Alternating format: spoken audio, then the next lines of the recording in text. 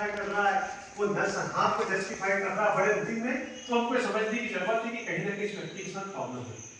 और मैं हमेशा से एक बात कहता आया हूँ, हमेशा से, कि suicide anywhere is a direct question to all persons everywhere. कहीं भी अगर सुसाइड होता है तो हम सभी उसके कहीं ना कहीं जिम्मेदार होते हैं, क्योंकि हम उस सुसाइड को नजरअंदाज करते हैं। एकदम कोई व्यक्ति सुसाइड नहीं कर लेता, वो कई दिनों तक उस मामले से गुजरता है, उस पूरे प्रोसेस से गुजरता रहता है, वो मुझे ऐसा करना है। हम लोगों के सामने भी वो आता है, लेकिन हम उसके बिहेवियर को क्या करते हैं, नजरअंदाज करते हैं, देखा करते हैं उसको। वो हमारा फैमिली मेंबर हो, वो हमारा दोस्त हो, वो नॉर्मल एक व्यक्ति। जरूरी है कि हमको अगर ऐसा कहीं नजर आता है, या कोई व्यक्ति हमको नजर आता है कि बार बार थ्रेटन कर रहा है कि आई विल कमिट सुसाइड, और मुझे ठीक नहीं लग रहा और कुछ कर लूंगा या कर दूंगा, तो तुरंत उसके संबंध में विचार करने की आवश्यकता नहीं है। अब वो विचार कैसा हो सकता है, वो आपका फैमिली मेंबर है तो आप घर में उसकी काउंसलिंग कर सकते हैं, आपका मित्र है तो उसके घर वालों को इत्तिला कर सकते हैं, आपका कोई साथी कर्मचारी है तो तुरंत आप उसका जो हेड है उसको बता सकते हैं, जो भी आप आवश्यकता दे सकते हैं उनको। हम लोग उसको कैटलॉग नहीं बना सकते कि आपको कब क्या करना है, लेकिन करना चाहिए।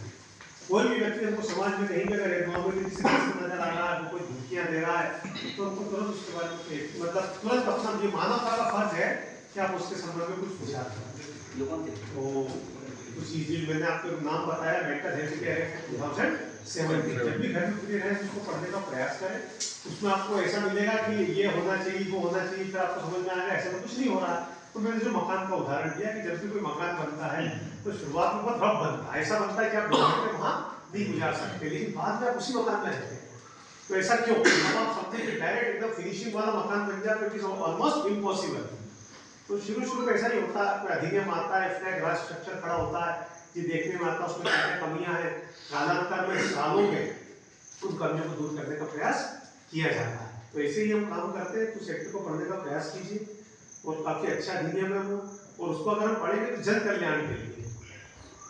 और जन कल्याण जो मैंने बताया कि साइकोलॉजिकल प्रॉब्लम्स जो होती हैं उनको हमको बिना किसी कानून कोई नहीं भी, तो भी मैंने इससे पहले आपसे अर्ज किया कि ऐसे कोई भी व्यक्ति हमारे आसपास नजर आते हैं तो उनको उनकी रोकथाम करनी चाहिए, तुरंत वो एक्शन लेना चाहिए जो एक मनुष्य होने के नाते हमसे अपेक्षित है। और आप यकीन मानिए कई बार हम नजरअंदाज करते हैं, अगर आपके मतलब बहुत दुखद विषय, लेकिन फिर भी मैं आपको उदाहरण के लिए बता रहा हूं, आपके परिवार में कहीं ऐसी कोई घटना हुई हो या किसी मित्र ने ऐसी कोई घटना की हो, तो आप विचार कीजिएगा कहीं ना कहीं पहले से उसके लक्षण मिलना हमको शुरू होता है।